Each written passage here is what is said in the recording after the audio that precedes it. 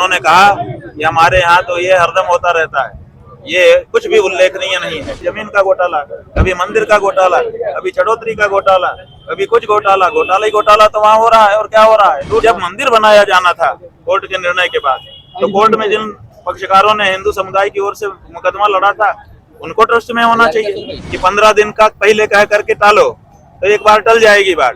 टलने के बाद फिर 15 दिन के बाद हो सकता है कोई दूसरा बम फोड़ दें, पुलवामा करवा दें, कुछ करवा दें। हाँ, ऐसा है कि राजनीति की यात्रा इसलिए है ये क्योंकि इसमें मतदाताओं को हम प्रेरणा दे रहे हैं। आज सहारनपुर शहर विधानसभा क्षेत्र में आए हैं और यहाँ पर भी जनता से हमने संवाद स्थापित किया है और यहाँ पर भी लोगों ने ये संकल्प लिया है कि आने वाले चुनाव में गौ माता की रक्षा के लिए हमारा वोट होगा।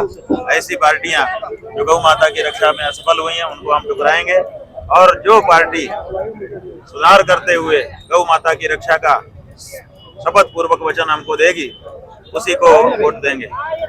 राम मंदिर में जो क्या कहते हैं घोटाला हुआ है, उसको लेकर क्या कहेंगे उसके लिए? देखिए, उसके लिए हमको कुछ कहने की जरूरत नहीं है।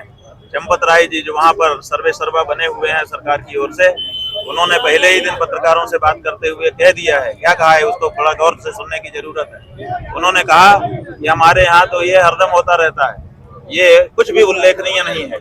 इसका मतलब है कि ऐसी चोरी उनके यहाँ रोज हो रही है, रोजमर्रा का काम है, ये उल्लेखनीय है ही नहीं है उनकी नजर में। इतनी बड़ी बात उन्होंने पहले ही दिन कह दी और आप लोग उनकी बात का विश्लेषण नहीं कर पा रहे हैं। ये उनके लिए रोजमर्रा का काम है। जब से शिला पूजन शुरू हुआ है तब से घोटाले घपले का समाचार आता ही रहता है। कभी जमीन का घोटाला, कभी मंदिर का घोटाला, कभी चढ़ोतरी का घोटाला, कभी कुछ घोटाला, घोटाला ही घोटाला तो वहाँ हो रहा है। और क्या हो रहा है, लूट मची हुई है। और आप समझिए कि सबसे बड़ी बात है जो समझने की वो ये है कि जब मंदिर बनाया जाना था कोर्ट के निर्णय के बाद, तो कोर्ट में जिन पक्षकारों ने हिंदू समुदाय की ओर से मुकदमा लड़ा था उनको ट्रस्ट में होना चाहिए। अगर उनको नहीं होना था तो देश के बड़े मूर्धन्य धर्माचार्यों को होना चाहिए था। अगर उनको नहीं होना था तो आप बताइए अयोध्या के संतों महंतों को होना चाहिए था, वो भी नहीं हुए। तो आप बताइए कि इनके जो बहुत विश्वस्त कार्यकर्ता थे जिनको मंदिर बनाने का, मंदिर के चलाने का कोई अनुभव नहीं था, उनको ला करके इन्होंने इतने बड़े ट्रस्ट में भर्ती कर दिया। तो किस लिए भर्ती किया था? अपने खास आदमी को कोई क्यों बैठाता है? इसीलिए ना कि वहाँ जो चाहे वो कर सके। तो वहाँ पर घपला घोटाला करने के लिए ही विश्वस्त लोगों को बैठाया गया। वो विश्वस्त लोग वहाँ बैठ करके वो काम कर रहे हैं जिसके लिए उनको वहाँ बैठाया गया है। कार्रवाई क्या होगी? लीपापोती हो रही है। जब ये बात समाचार पत्रों में आपके माध्यम से दिखा दी गई कि उत्तर प्रदेश के मुख्यमंत्री जी के निर्देशन में जांच कमेटी काम कर रही है, तो जब किसी के निर्देशन में वो कमेटी काम कर रही है तो वो क्या करेगी लीपापोती के सिवाय? योगी जी ने कहा कि जिन भक्तों ने 500 वर्ष इंतजार किया, 15 दिन और इंतजार कीजिए। बात यह है कि 15 दिन हम क्यों इंतजार करें? 15 दिन में आप क्या लेके आने वाले हो कि हम इंतजार करें? असल में ये डिले टैक्टिस है कि 15 दिन का पहले कह करके टालो, तो एक बार टल जाएगी बात। टलने के बाद फिर 15 दिन के बाद हो सकता है कोई दूसरा बम फोड़ दें, पुलवामा करवा दें, कुछ करवा दें, फिर आप लोग का कैमरा उधर चला जाए, मामला खत्म, टाइम बेस। तो ये डिले टैक्टिस है। आप बताइए हम क्यों रुक जाएं? इतना बड़ा लूट का कांड वहाँ पर हो रहा है, हमारी आस्था को तार किया जा रहा है। आप कहते हैं 15 दिन रुक जाइए, क्यों रुक जाए? आप तत्काल बताइए आपने क्या कार्रवाई की?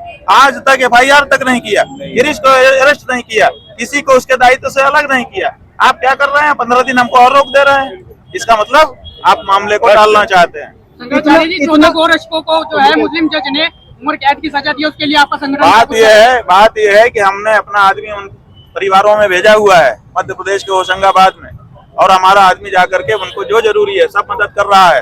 हम उनके साथ खड़े हुए हैं। अगर वो लोग सार्वजनिक रूप से कुछ कहेंगे तो उसको भी हम सार्वजनिक रूप से भी करेंगे, लेकिन हम सार्वजनिक रूप से ज्यादा नहीं करते हैं।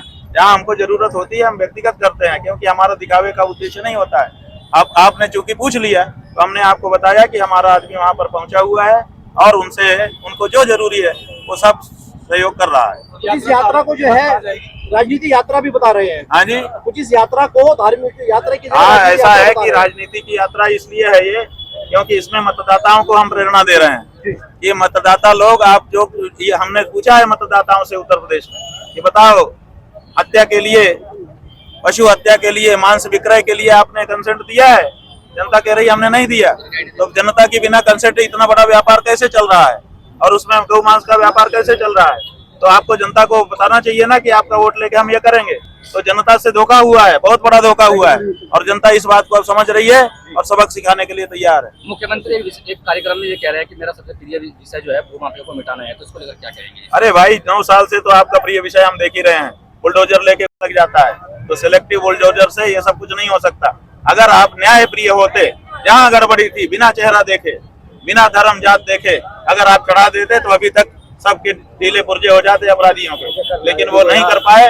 अब जब 9 साल आप नहीं कर पाए तो अब क्या करोगे? अब आपका जो प्रकृति है आपकी, संबल में जो कार्रवाई हो रही है उसको लेके क्या कहेंगे आप? क्या कार्रवाई हो रही है? जो बुलडोजर चल रहे हैं, बात ये हमने बता दिया ना कि बुलडोजर जो है सिलेक्टिव है, वो राम मंदिर में घोटाला किया, बहुत कुछ देख करके चढ़ता है, बाकी जगह रुक जाता है। जिन्होंने राम मंदिर में घोटाला किया वहाँ बुलडोजर चलेंगे? भाई चल जाना चाहिए था, अगर बुलडोजर था तो अभी तक तो चल जाता, लेकिन कहाँ चला।